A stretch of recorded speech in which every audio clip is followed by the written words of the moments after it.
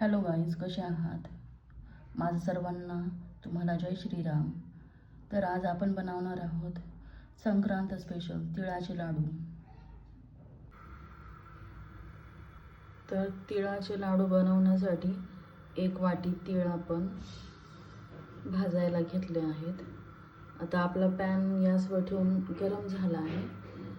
आता पॅनमध्ये आपण हे हळूहळू तिळाचे सगळे घालूयात.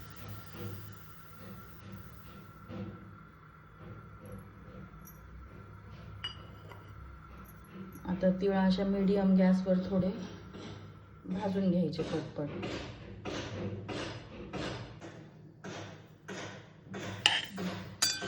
तीळ असे मंद गॅसवर भाजायचे, कारण तीळ लवकर भाजले जातात. त्यामुळे असे हलक्या हलक्या हाताने असे तीळ मंद आचेवर भाजले म्हणजे खमंग भाजले जातात नाही का, आणि त्याला चव पण अशी छान येते.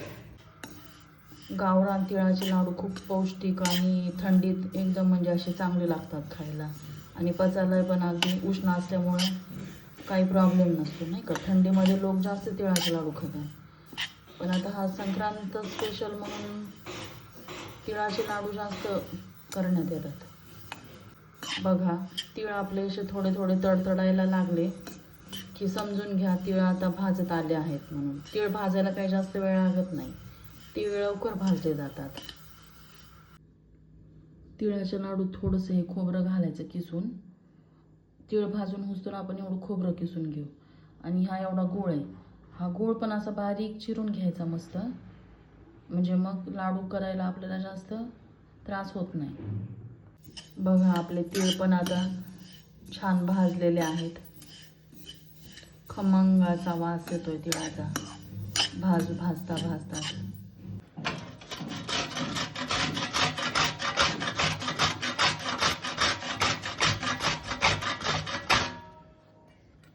भाजलेले तीळ थोडे थंड होऊ द्या.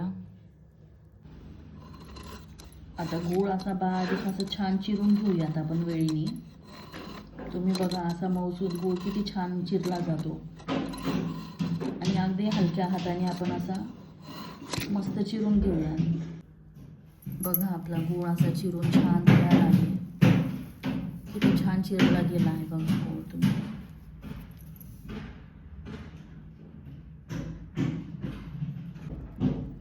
आपले तीळ पण आता छान असे थंड झाले आहेत, बघू शकता.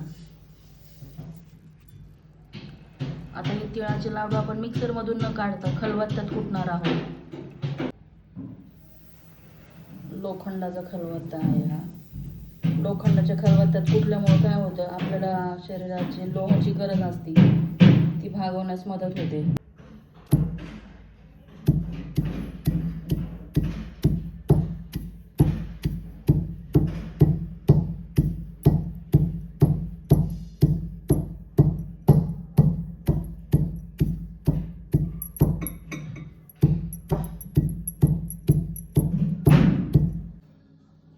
बघा, तीळ आपले छान बारीक कूट झालेलं आहे. बघा, जास्त पण बारीक नाही करायचं, थोडं असं मीडियम ठेवायचं नाही का.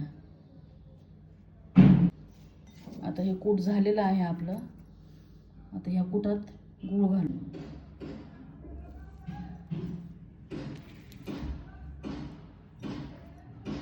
गूळ जेवढा आपण चिरून घेतला तेवढा सगळं टाकायचा.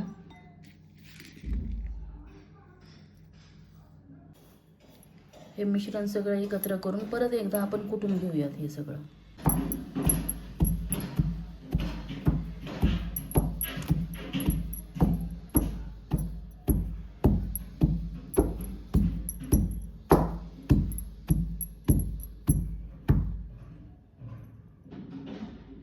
तुम्ही बघू शकता कूट कसं सगळं एकजीव झालेलं आहे. आता हे कूट आपण एका पॅनमध्ये काढून घेऊयात.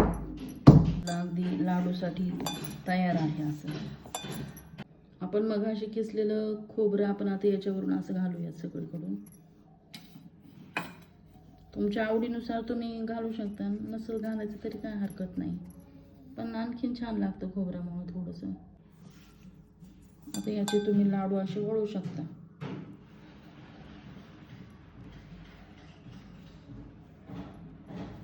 बघा किती सुंदर आपला लाडू वळला जातोय. एका हाताने सुद्धा असा वळला जातो लाडू मस्त. बघा, खलबत्त्यात कुटलेले आपले अगदी कमी साहित्यात आणि कमी वेळेत पौष्टिक आणि हेल्दी लाडू बनवून तयार आहेत. संक्रांतीला ह्या तीळ आणि गुळाच्या लाडूला फार महत्त्व आहे.